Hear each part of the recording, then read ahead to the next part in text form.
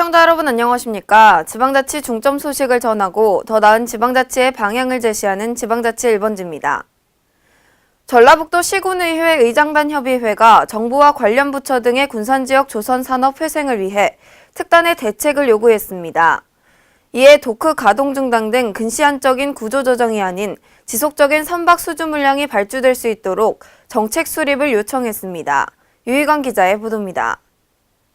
전라북도 시군의회 의장단 협의회가 군산지역 조선산업 회생을 위한 중앙정부 실질적인 지원 방안 마련을 촉구하고 나섰습니다. 전북 시군 의장단 협의회는 27일 군산시청에서 열린 제221차 회의에서 조선산업 구조조정에 따른 군산시 지역경제 안정을 위한 건의문을 채택 중앙정부에 건의키로 했습니다. 건의문은 경제 논리에 따라 현대중공업 군산공장 가동을 중단하고 군산공장의 물량을 울산 본사 등으로 재배정하는 등 지역균형 발전과 지역경제 활성화의 긍정적인 면을 전혀 감안하지 않은 무책임한 구조조정이 진행되고 있다고 비판했습니다. 또 군산현대조선소는 울산 비포나 영암 3호조선과 달리 도크가 한 개뿐으로 다른 지역은 물량이 줄어도 도크를 유지할 수 있지만 군산은 도크 폐쇄와 동시에 대량 실직은 불보듯 뻔한 현실이라고 지적했습니다. 이어 정부와 현대중공업이 눈앞의 어려움을 해결하기 위해서 도크 가동 중단 등 근시안적인 구조조정을 진행해서는 안 된다고 강조했습니다. 이에 국내외 각종 투자기금과 국가예산, 선박펀드의 확대 등을 통해 지속적인 선박 수주 물량이 발주될 수 있는 정책 수립과 함께 조선사에 지원될 수 있는 종합대책을 수립하여 줄 것을 요청했습니다. 여기에 오늘 이런 귀중한 시간은 협치의 시간이고 화합의 시간이라고 저는 이렇게 생각됩니다.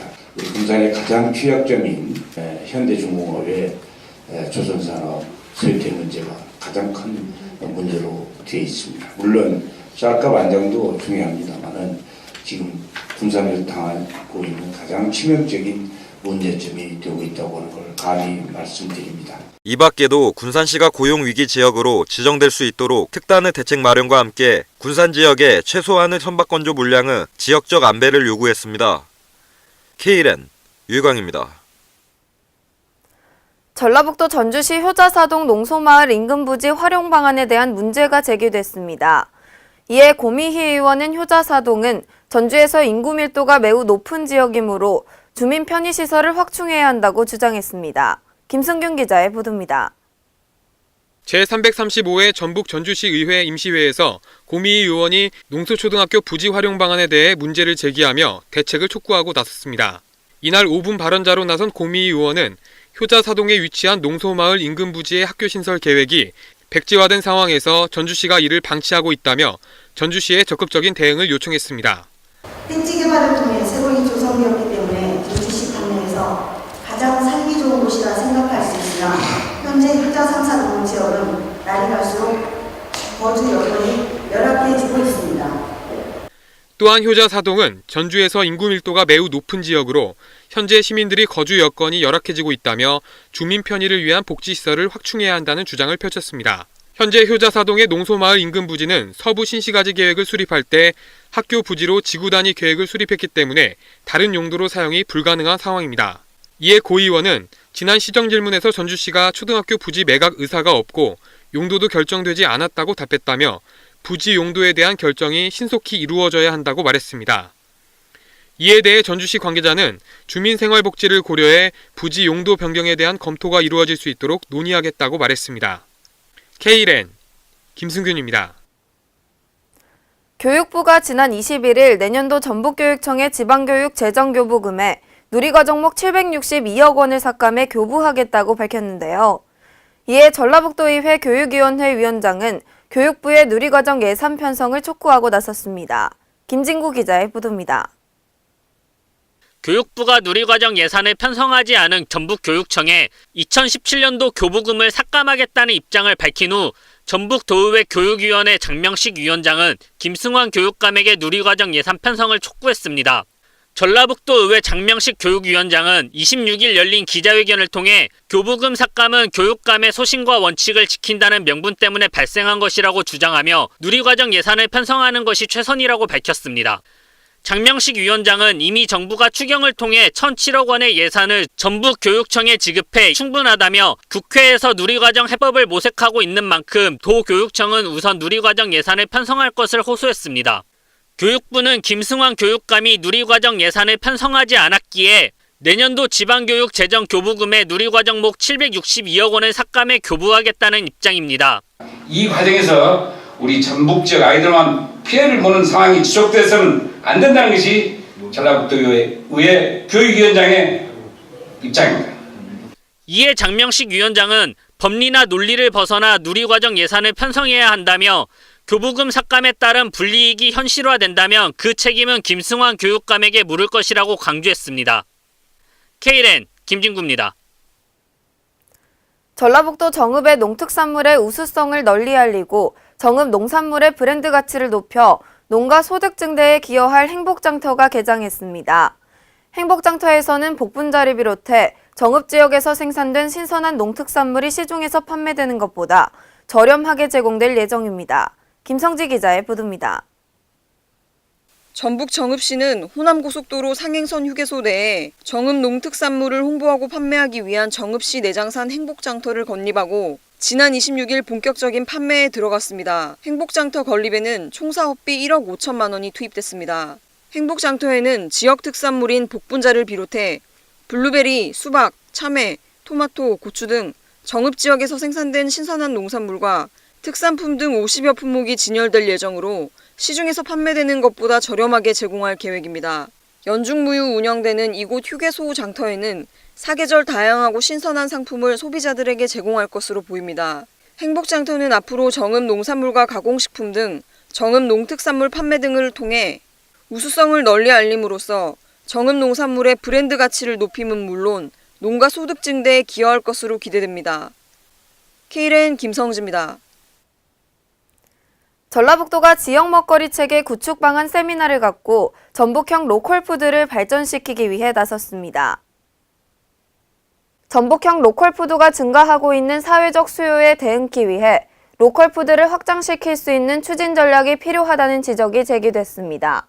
세미나 주제 발표에 나선 전북연구원의 황영모 연구위원은 전북형 로컬푸드가 한 단계 발전하기 위해서는 로컬푸드 확장 전략이 필요하다고 주장했습니다. 또한 전북도가 지금까지 직매장 확대와 전라북도 인증관리, 생산농가 시설 지원 등 여러 정책을 추진하고 있지만 정작 사회적 수요에 부응하는 데 한계가 있었다고 지적했습니다. 이에 전라북도 및 시군의 기존 조례 제정비와 로컬푸드 중장기 육성 계획 수립, 지역 영역 간의 거버넌스 구축을 제안했습니다. 또 직매장 내실화, 소비자와 교류, 학교급식 지원센터와 유기적인 연계 협력 등을 통한 생산자와 소비자가 함께하는 로컬푸드 활성화 방안을 제시했습니다. 한편 전라북도는 로컬푸드 선도 지역으로서 지난 2012년 제1호 로컬푸드 직매장을 개장한 이후 현재까지 25개소를 운영 중에 있습니다. 전라북도 전주시 주택가 밀집 지역 곳곳에 일부 주민들이 주차 방해물들을 놓고 도로를 개인 사유지처럼 사용하고 있어 좁은 골목 주차 전쟁이 벌어지고 있습니다. 전주시 효자동 주택가 밀집 지역에는 집안마다 폐타이어와 러버콘, 주차금지 팻말 등 주차 방해물들이 주차구역 곳곳에 놓여 자리를 차지하고 있습니다. 일부 주민들이 집 앞 도로를 개인 사유지처럼 사용하고 있는 것입니다. 이로 인해 주차 공간을 찾지 못한 차량 운전자들은 빈 공간에 주차를 했다가 주민들과 말다툼을 벌이는가 하면 불법 주정차를 하기 일쑤입니다. 하지만 전주시는 신고를 해도 주민 계도 활동을 하거나 폐타이어, 러버콘 등을 수거하는 정도일 뿐 현실적으로 과태료 부과 등 행정처분을 하기는 어렵다는 입장입니다. 전주시는 단독주택 소유자를 대상으로 담장이나 대문 등을 개조해 주차장을 설치할 경우 150만 원에서 최대 200만 원까지의 보조금을 지원하는 내 집 주차장 갖기 사업을 진행하고 있습니다. 이는 단독주택의 심각한 주차난을 해소하기 위한 취지에서 실시하고 있습니다. 하지만 올해 신청 건수는 단 7건에 불과했습니다. 일부 주민들은 아예 이 사업조차 모르고 있었습니다. 전주시 관계자는 매년 발생하는 단독주택의 주차 문제로 전주시에서 내 집 주차장 조성 지원 사업을 하고 있다며 다각적인 홍보 활동과 함께 주민 간의 마찰을 최소화할 수 있도록 주택가 주차난을 점진적으로 해소해 나가겠다고 말했습니다. 한국장학재단과 충청남도가 충남도 취업 역량 강화와 대학생 지원 사업을 위해 손을 잡았습니다. 이번 업무 협약으로 양기관은 충남 지역 대학생들의 취업 역량 강화를 위한 지원 사업의 정책 수립 및 운영과 지역 우수기관 및 인재 확보, 안정적인 학업 여건 조성 등의 포괄적 협력을 추진하게 됩니다. 특히 청년 희망 드림 사업을 통해 매 학기 선정된 대학생과 기관 간 매칭으로 전공 분야 현장 실습을 지원하며 2017년부터는 대상자로 선발되면 출자 출연 기관 및 강소기업을 대상으로 채용을 전제한 실습 제도도 도입할 예정입니다. 또한 양 기관은 화력발전사와 함께 지역대학이 밀집해 있는 천안 지역의 연립주택 등 기존 주거시설을 활용해 대학생 연합기숙사를 조성하고 문화센터 등의 건립을 추진하기로 했습니다. 이에 한국장학재단 이사장은 청년희망드림 사업을 통해 지역 근로기관은 우수한 지역 인재를 발굴할 수 있고 대학생은 자신의 전공 분야에서 직무 경험을 쌓으며 취업까지 연결할 수 있을 것으로 기대한다고 말했습니다.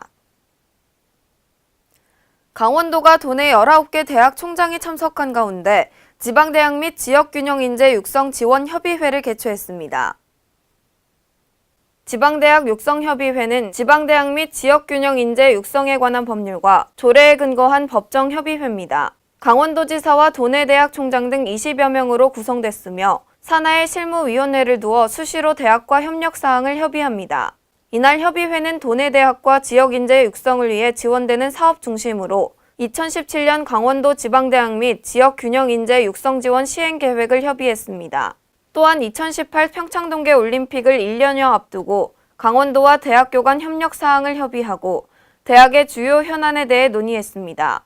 이에 앞서 10일 협의회 상정안건을 사전 논의하기 위해 강원도 기획조정실장을 위원장으로 도내대학 기획처장과 첫 실무위원회를 개최한 바 있습니다. 이에 도 관계자는 최문순 도지사가 지방대학 육성협의회에서 강원도와 대학 그리고 지역사회가 활발한 소통과 교류로 상생협력을 할 수 있도록 대학교 총장님들에게 제안했다고 전했습니다. 광주 지역 5개구 노인들이 함께 어울려 생활체육을 즐기는 제11회 광주시장기 어르신 생활체육축제가 열렸습니다. 광주에서 60세 이상 노인 생활체육축제가 열렸습니다.